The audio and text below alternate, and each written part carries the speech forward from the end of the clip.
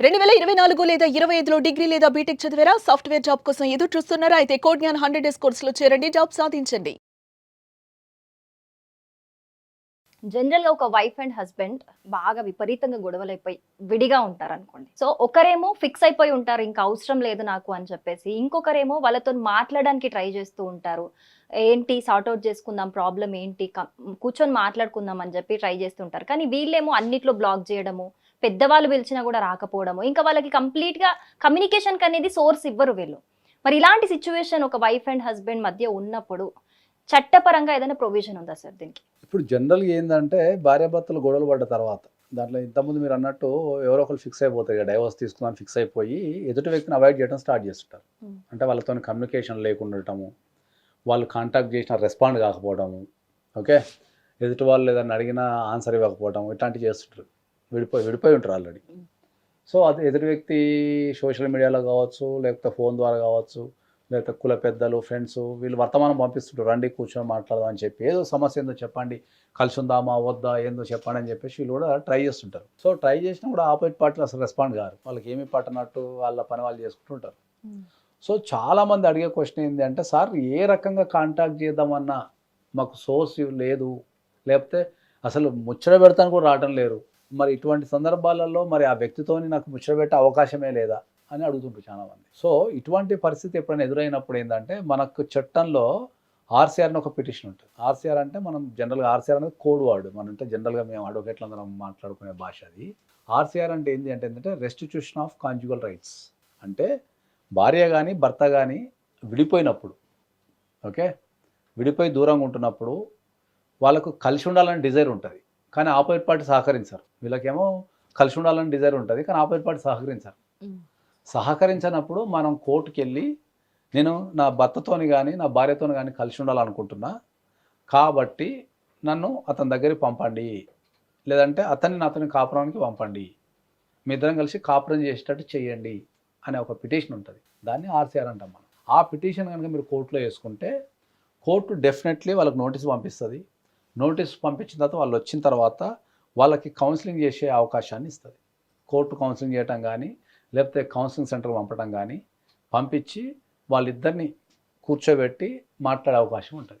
అక్కడ మీరు మాట్లాడచ్చు. డెఫినెట్గా వస్తారు కాబట్టి అక్కడ మీరు కంపల్సరీ మీ ప్రాబ్లం ఏముంది, మీరు కలిసి ఉండాలనే మీ డిజైర్ని కానీ, లేకపోతే ప్రాబ్లం ఎక్కడుందో రెక్టిఫై చేసుకోవడం కానీ మీకు అక్కడ ఒక అవకాశం ఉంటుంది. అదొక అవకాశం. కొన్ని సందర్భాలలో ఏంటంటే మనకు డొమెస్టిక్ వైలెన్స్ అనే యాక్ట్ ఒకటి ఉంది. ఆ డొమెస్టిక్ వైలెన్స్ యాక్ట్లో కూడా ఏంటి అంటే మనకు సెక్షన్ 14 చెప్తుంది. డొమెస్టిక్ వైలెన్స్ యాక్ట్లో మనం జడ్జి దగ్గరికి వెళ్ళి సెక్షన్ 14 కింద కనుక మనం పిటిషన్ వేసుకుంటే, మా ఇద్దరికి కౌన్సిలింగ్ చేయండి అని చెప్పేసి కనుక పిటిషన్ వేసుకుంటే, ఆ పిటిషన్ కింద ఆపోజిట్ పార్టీని కోర్టు పిలుస్తుంది. కోర్టు పిలిచి మీకు డెఫినెట్లీ కౌన్సిలింగ్ ఏర్పాటు చేసి మీకున్న సమస్యలు ఏవైతున్నాయో, మీ పొరపాట్లు కానీ సమస్యలు కానీ, మీ మధ్యలో ఏమన్నా భేదాభిప్రాయాలు వస్తే వాటిని దూరం చేసి కలిపే ప్రయత్నాలు చేస్తారు. ఎవరైనా జనరల్గా కలిపే ప్రయత్నాలే చేస్తారు. కాదు కుదరదు వాళ్ళిద్దరు పడదన్నప్పుడు డైవర్స్ తీసుకోవడానికి ఏమన్నా వాళ్ళు ఒప్పుకుంటే, డైవర్స్కి ఒప్పుకుంటే వాళ్ళు ఏర్పాటు చేస్తారు. తర్వాత మనకు లీగల్ సర్వీస్ అథారిటీస్ ఉంటాయి. మీరు అక్కడికి వెళ్ళి కూడా మీరు కేసులా కాకుండా మాకు కౌన్సిలింగ్ చేసి మా ఇద్దరి మధ్యలో ఉన్న సమస్యల్ని పరిష్కరించండి, మా ఇద్దరి మధ్యలో ఉన్న భేదాభిప్రాయాలు ఉంటే వాటిని పరిష్కరించండి అని కానీ, కలపడానికి ట్రై చేయమని కానీ, విడగొట్టడానికి ట్రై చేయమని కానీ మీరు అక్కడికి వెళ్ళి కూడా అప్లై చేసుకోవచ్చు.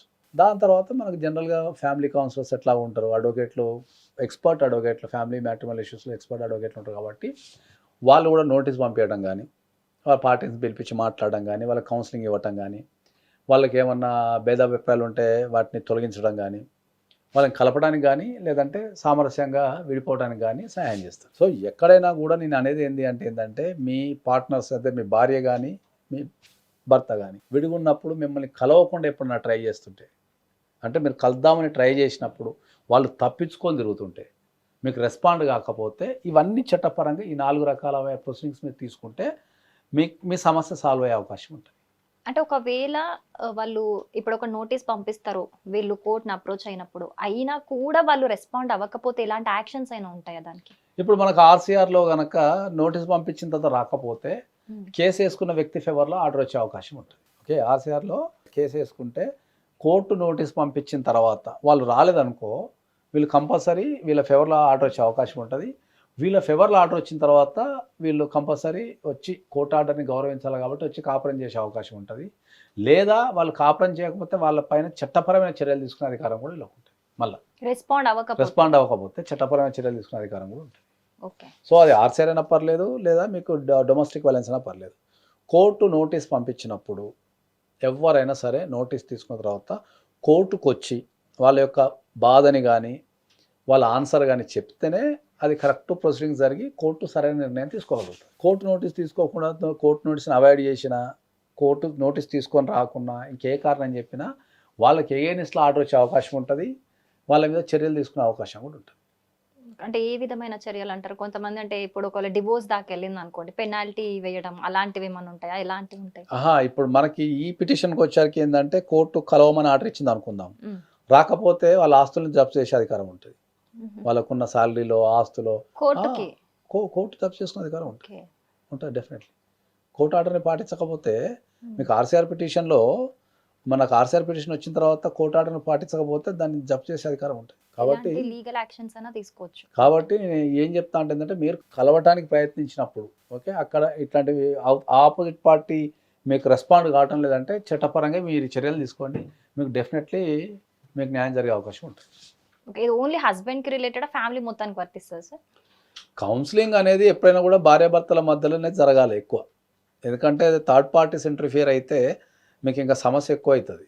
కాబట్టి సమస్య అనేది ఎప్పుడు భార్యాభర్తల మధ్యలో కలిసి ఉండేది వాళ్ళిద్దరే. కాబట్టి కొన్ని ఇష్యూస్ చూస్తాం కదా, ఫ్యామిలీ ఇన్వాల్వ్మెంట్ ఎక్కువగా ఉండి. అవును, ఎక్కువ ఉండదు అంటానులే, కానీ ఫస్ట్ వీళ్ళు సెట్ అయిపోతే మిగతా వాళ్ళు సెట్ అయిపోతుంది. వీళ్ళ మధ్యలో సమస్యలు అనుకోండి అవి ఎప్పటికి సెట్ కావు. కాబట్టి వీళ్ళ మధ్యలో సమస్యలు కనుక రెడ్యూస్ అయిపోతే మిగతా కూడా కొద్దిగా రెడ్యూస్ అయ్యే అవకాశాలు ఉంటాయి. కాబట్టి ఎప్పుడైనా కూడా కౌన్సిలింగ్ ఫస్ట్ భార్యాభర్తలో చేయాలా, భార్యాభర్తల తర్వాత సెట్ కాకపోతే ఫ్యామిలీ మెంబర్స్ చేయాల్సి వస్తుంది. Thank you sir.